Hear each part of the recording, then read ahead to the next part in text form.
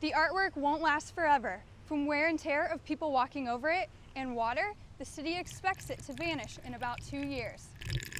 Homeowners say that vandalism is not common in this neighborhood, but when they woke up this morning, they found dozens of their mailboxes had been smashed to the ground. His plan is to ride back and forth on the Monon Trail from 62nd Street to 86th Street.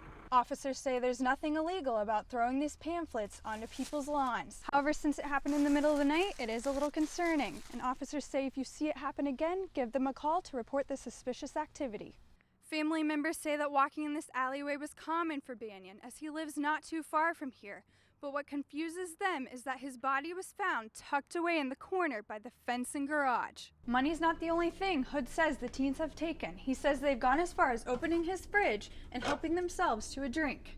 The town of Pittsboro loves Jeff Gordon so much, they even named a road after him. Overall, homeowners in this neighborhood feel safe. But after Station 16 closes down, that all may change. Authorities say the inmates were using toothpaste to look like mortar to hide the hole they had created.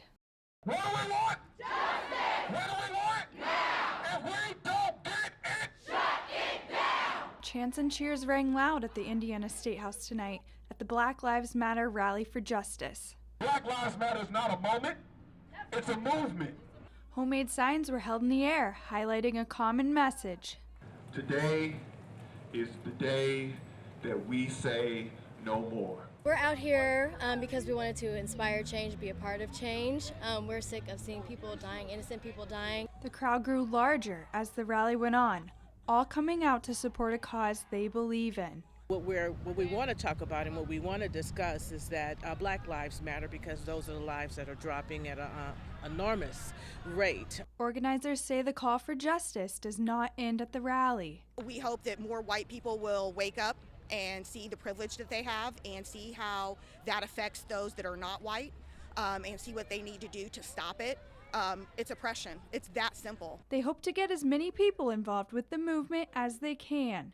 We have to stand as a whole. We have to stand together. We have to fight together. If we don't stand together, we will fall together. A true form of activism. If we just sat in silence, then nothing at all would happen. At least we're out and we're speaking and we're doing something positive. Lawson, Gutzwiller, 24-hour News 8.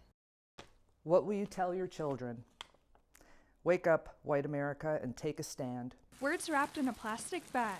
A message from the Ku Klux Klan. This is a bag that my husband and I collected from the neighborhood. Melissa Olsby and neighbors of Royalwood wanted the bags out of their neighborhood, and they didn't just collect a few. There must be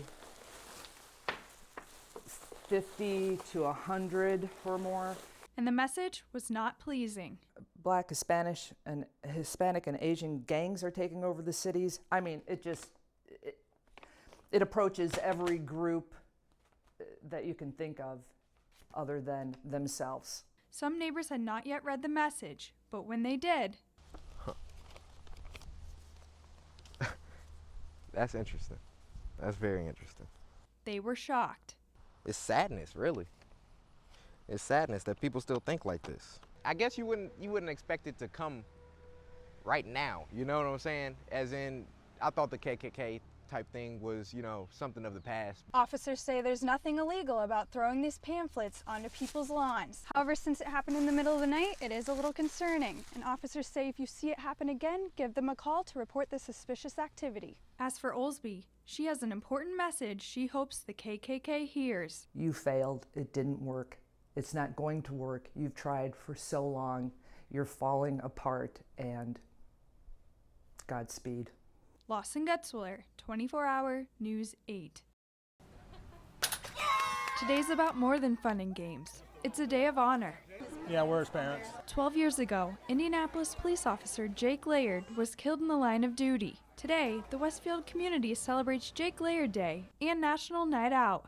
It's a day to bring the community together, to show some unity with the police officers in the community. And in the same sense, it gives us a chance to let people see what Jake was all about. That's Mike Laird, proud father to Jake. He says the goal of the day is for the community and the officers to form a bond. Just the camaraderie and the togetherness of the community with the police department. That's what we need. There you go. Yeah. You know what? Look, you were this close. While police have been seen in a negative light lately, Westfield PD Captain Charles Hollowell wants the community to get to know the officers. Who? Chloe? We're not in uniforms for a reason. We want them to see us as regular persons. We are regular people, just like everyone else. We want them to see us as people that you can come to and approach. You can have a conversation with. You ready? Conversations started at a young age. To respect, an officer and to respect the weapons and kind of know what they do and know safety and just be aware of what's out there and how they can stay safe. It's gonna be heavy. You got it? Feel how heavy that is. And Laird says Jake would be all for the conversations bringing police and the community together. I think this would be perfect for him. It'd be right up his alley. Lawson, Gutzwiller, 24-hour News 8.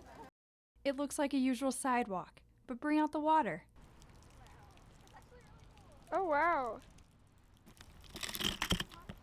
The water repels it. And beautiful artwork appears. I'm just pouring a glass of water here on the art, and you see the paint that's repellent to the water, and that really makes the design stand out here. It's called hydrophobic art, and it's new to Fishers. Water has always been a feature of the Central Green, but now a local artist brings invisible artwork to Fishers, the first of its kind in Indiana. I think it's really unique, and I've never seen anything like it before. I think it is very pretty. I really like the designs. The city granted money to the Fishers Art Council to make the magic of this artwork possible. The artwork won't last forever. From wear and tear of people walking over it and water, the city expects it to vanish in about 2 years. In the meantime, people in Fishers can enjoy the artwork rain or shine, as long as they have water. Whoa. I think it's really pretty. Adding a rare charm to the Central Green. I just love that opportunity to run into something that you weren't expecting. Lawson, Gutzwiller, 24-hour News 8.